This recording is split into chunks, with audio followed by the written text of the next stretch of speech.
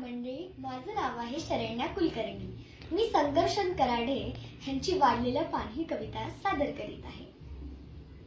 मस्त ठोकावी मांडी आणि वर न्यावी बाही, अहो चवीनं खाणं सुद्धा काही खायचे काम नाही. सर्वप्रथम वाढलेल्या पानाकडे असे डोळे भरून बघावं, वदनी कवल म्हणावं आणि अन्न कर्माला लाडावं. आता ज्याच्यापासून सुरू होतं हे वाढलेलं पान, पदार्थ करा कुठलाही ह्याला विशेष असतं मान. अंदाजाने वापरावं लागतं चिमूट मीठ, असं जरा डावीकडे असतं बघा पानामध्ये मीठ. इथून पुढे सरकलात की असतो टप्पा चमचमीतपणाचा, जिथं असतो लोणचं, चटणी, मिरची चाटायचा. कितीही पथ्य असलं तरी हे खावंसं वाटतंच आणि भल्या भल्या खडकांच्या तोंडाला इथे पाणी सुटतंच. चटण्या म्हणा तर जवस, कारळ, लसूण, शेंगदाणा, आंबा लिंबाच्या लोणच्याचा छाता वाचवदार म्हणा. हा, ठेचा जेवढा आयुष्यात खाल तेवढी अनुभवाची साठवण होते, पण त्यातला पोटात जास्त गेला की सकाळी मात्र आठवण होते. आता जिच्यासाठी चाले सगळा प्रपंच, धंदा, नोकरी, पानाच्या अगदी मधोमध उभी ती पोळी आणि भाकरी. गोल गोल गरम गरम अशी आईनीच पानात वाढावी, पापुत्रा काढून आतली खमंग वाफ आपण काढावी. मग मनसोक्त जेवणाऱ्यांना मुळी नसते डाएटचं कारण इथून पुढे पानात येतं ते चिंच गुळाचं वरण.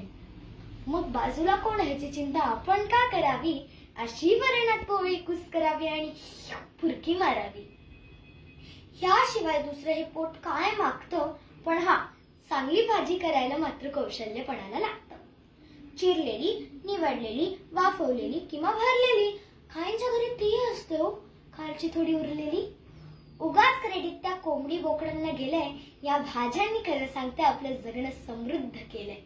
चांदीच्या ताटात सुद्धा शोभून दिसते मेथी, भेंडी, गवार. सोन्याचं चमचा असलं तरी खाणार हेच ठाकरे असे अपवार.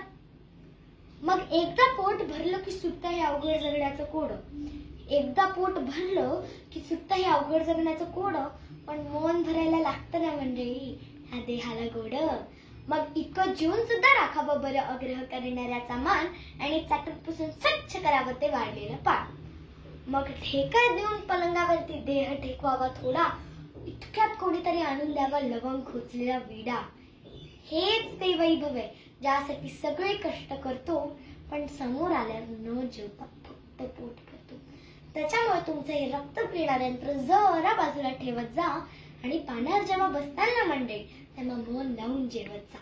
मग पाचवर पंखा करून झोपण्याचं सुख सांगून थोडीच कळावं, आणि असंच वाढलेलं पान देवा रोज सगळ्यांना मिळावं.